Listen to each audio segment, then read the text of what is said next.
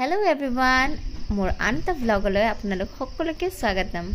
আজি মঙ্গলবাৰ, আজি ছট পূজা। হে ৰাতিপুৱা 5টা বজাতে আমি গোটেই কেজনে লগ হৈছো ছট পূজা চাবলৈ ঘাটলৈ যাওঁ বুলি। আৰু বাকি সকলোকেতো চিনি পাইছে চাগে। আমাৰ যুজক দেখিছেনে?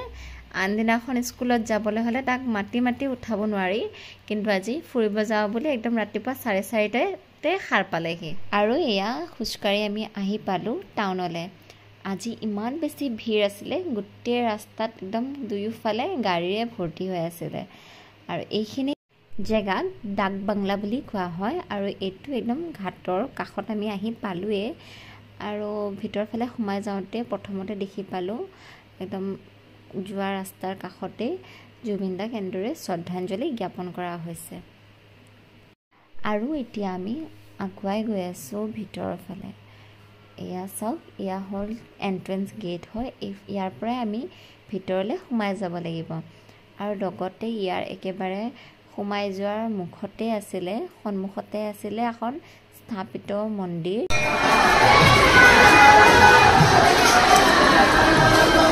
আৰু ভগৱানৰ দৰ্শন কৰি আমি ভিতৰ ফালে সোমাই আহি চাওঁ, ইমান বেছি ভিৰ চাইছেনে? অগণন ভক্তৰ ভিৰ লাগি আছিলে।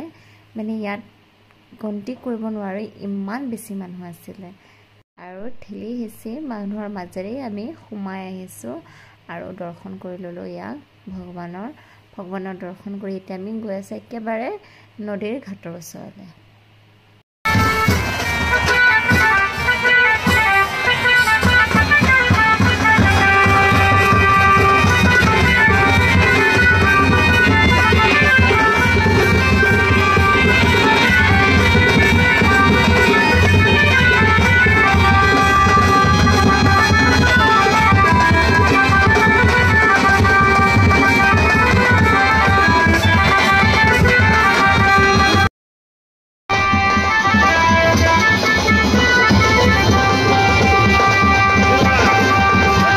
বেলি ওলাই অহা তেওঁলোক পানীৰ পৰা উঠি আহিলে আৰু তেওঁলোকৰ বাকী যিবোৰ নিয়ম নীতি থাকে সেয়া কৰি আছিলে।